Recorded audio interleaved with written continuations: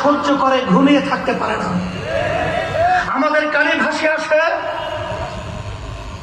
সেই আবু সাইদের সেই শব্দ, আমাদের কানের ভিতরে ভেসে আসে সেই মুক্তের পানি পানি শব্দ, আমাদের বুকে ভাসে আসে সেই মায়ের আত্মনাদ, আমার সন্তান মা বলে ডাক দেয় না।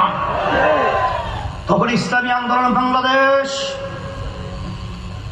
আমরা তখন রাজনৈতিক ব্যানার, যারা আজকে নিবন্ধিত বাংলাদেশে দল রয়েছে, কেউ কিন্তু এই কঠিন মুহূর্তে ব্যানার সাথে রাজনৈতিক পরিচয় মাঠে কিন্তু এদের পক্ষে, জালেমদের প্রতিবাদে, খুনিদের প্রতিবাদে কেউ রাজপথে আসে নাই। ইসলামী আন্দোলন বাংলাদেশ ওই কঠিন মুহূর্তেও আমরা বিভিন্ন ঝুঁকি নিয়ে এই জালেমের বিরুদ্ধে, এই খুনিদের বিরুদ্ধে, এই দেশকে অন্যত্র বিক্রি করার যা পায়তারা করেছিল তাদের বিরুদ্ধে, যারা আমাদের দেশের সম্পদ অন্য দেশে পাচার করেছে তাদের বিরুদ্ধে জান নিয়ে, মাল নিয়ে, সমস্ত শক্তি নিয়ে ঝাঁপিয়ে পড়েছিলাম। আপনারা লক্ষ্য করেছেন ইসলামী আন্দোলন বাংলাদেশ শুধু নিছক ক্ষমতার জন্যই, শুধু সম্মানের জন্যই, শুধু অর্থের জন্যই আমরা বাংলাদেশে রাজনীতি করি না।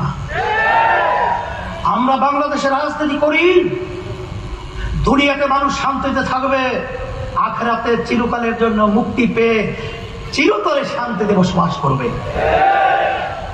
আজকে আমি বিশেষ করে যারা নাকি ছাত্ররা, শিক্ষার্থীরা এবং আমার যে ভাইয়েরা, আমার যে বাচ্চারা আজকে ন্যায়কে প্রতিষ্ঠার জন্য, জালেমকে উৎখাতের জন্য যারা আজকে জীবন দিয়েছে, যারা আজকে পঙ্গ হয়েছে, আজকে আমার ছেলে দেখছেন অন্ধ অবস্থায় আপনাদের সামনে বক্তৃতা করছে, একই দেখা যায়, সহ্য করা যায়? এর প্রতিবাদে যদি আজকে আমরা না থাকি, এমন একটা সময় দেখবেন স্পেন 750 বছর পর্যন্ত মুসলমানেরা রাজত্ব করেছিল, সেই স্পেনের মধ্যে একজন মুসলমান এখন পরিচয় দেওয়ার মতো নাই বললেই চলে। এই বাংলাদেশ আজানের শব্দে বাচ্চাদের ঘুম ভেঙে যায়, আজানের শব্দে মায়ের কোলে বাচ্চারা ধরে যায়। যেই দেশের রাজধানী ঢাকাকে বলা হয় মসজিদের নগরী, সেই দেশে আজকে আমাদেরকে গোলাম হিসেবে বসবাস করতে হবে। শিয়ালের মতো 1000 বছর বেঁচে থেকে লাভ নাই, সিংহের মতো গর্জন দিয়ে এক মুহূর্তের জন্য বেঁচে থাকার ইতিহাস হয়ে থাকবে ইসলামী আন্দোলন বাংলাদেশ। নির্ভয় নির্দ্বিধায় আমরা অন্যায়ের প্রতিবাদে, ন্যায়ের পক্ষে আলহামদুলিল্লাহ আমরা ছিলাম, আছি, থাকবো ইনশাআল্লাহ। আমি বলেছিলাম কালকেও ঢাকায় বর্তমান যারা কেয়ারটেকার সরকারের দায়িত্ব পালন করছে, অন্তর্বর্তীকালীন সরকার, তাদেরকে আমি স্মরণ করে আজকেও দিতে চাই, ইতিহাস থেকে শিক্ষা গ্রহণ করুন। আপনারাও দায়িত্ব পেয়ে যদি আপনারাও কোনো অন্যায় কাজের সাথে জড়িয়ে যান, ইসলামী আন্দোলন বাংলাদেশ সর্বপ্রথম আপনাদের বিরুদ্ধে কথা বলতে বাধ্য হবে। সাথে সাথে আমরা এটাও বলেছি, যদি আপনারা ন্যায়ের পক্ষে, সতের পক্ষে, দেশের শান্তির জন্য, দেশ রক্ষার জন্য যদি আপনারা কাজ করেন, ভালো কাজের ব্যাপারে সহযোগিতায় ইসলামী আন্দোলন বাংলাদেশ প্রহরীর মতো রাত্র দিন আপনাদের সামনে, পিছনে, পাশে থেকে সহযোগিতা করবে ইনশাআল্লাহ। আজকে চট্টগ্রাম ঐতিহ্যবাহী, আপনারা ন্যায়ের পক্ষে, অন্যায় প্রতিবাদে আপনারা যে অবস্থান তৈরি করেছেন এটা কিন্তু আমরা দেখেছি, শুনেছি। আমি আমার পক্ষ থেকে আপনাদেরকে ধন্যবাদ জানাই। সাথে সাথে আমি সকলকে আহ্বান জানাবো, আজকে ষড়যন্ত্র কিন্তু শেষ হয় নাই। হিন্দুদের মন্দির পাহারা দিই আমরা, বিজাতিদের গির্জা সহ বিভিন্ন উপাসনালয় পাহারা দিই আমরা, কিন্তু এক শ্রেণীর স্বার্থান্বেষী মহল হিন্দুদের মধ্যেও ওরা ঢাকায় কালকে সমাবেশ করেছে, আজকে বিভিন্ন জায়গায় নেমেছে। বাংলাদেশে নাকি সমস্ত মন্দির ভেঙে ফেলা হয়েছে। কোথায় ভেঙেছে আমরা তো বাংলাদেশে দেখছি না। কাদেরকে উস্কিয়ে দিচ্ছে চাচ্ছেন? শোনেন, ভারতে বর্তমানে যে সরকার, মোদী সরকার গঠন করছে না, রাহুল গান্ধী তারা বিরোধী দলে আছে না।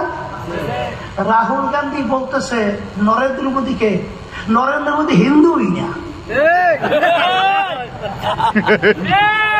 তাহলে বোঝা গেল যে হিন্দুদের মধ্যেও কিন্তু গুন্ডা আছে। সব হিন্দু না, হিন্দুরাও এক শ্রেণীর গুন্ডারা আমাদের দেশকে শান্তি করার জন্য বিভিন্ন নির্লক্ষ্য অনুযায়ী কাজ করছে। ওদেরকে প্রতিহত করতে কোথায় বাংলাদেশে, কোন জায়গায়, কোন জেলায়, কোন থানায়, কোন ইউনিয়ন, কোন মহল্লায়, কোন জায়গায় মন্দির ভেঙেছে? সম্পূর্ণ একটা ধোঁকাবাজি এবং অসুন্দর করার জন্য বিভিন্ন নীল নকশা। এই নীল নকশা বাংলাদেশের মানুষ বাস্তবায়ন হতে দেবে না। তোমরা ঘুমিয়ে ঘুমিয়ে রুটি পিঠা হাঁসের গোশত খেতে পারো, বাস্তবে হবে না ইনশাআল্লাহ। ইসলামী আন্দোলন বাংলাদেশ, আমি সকলকে আহ্বান জানাবো, আসেন আমরা সবাই একত্রিত হই।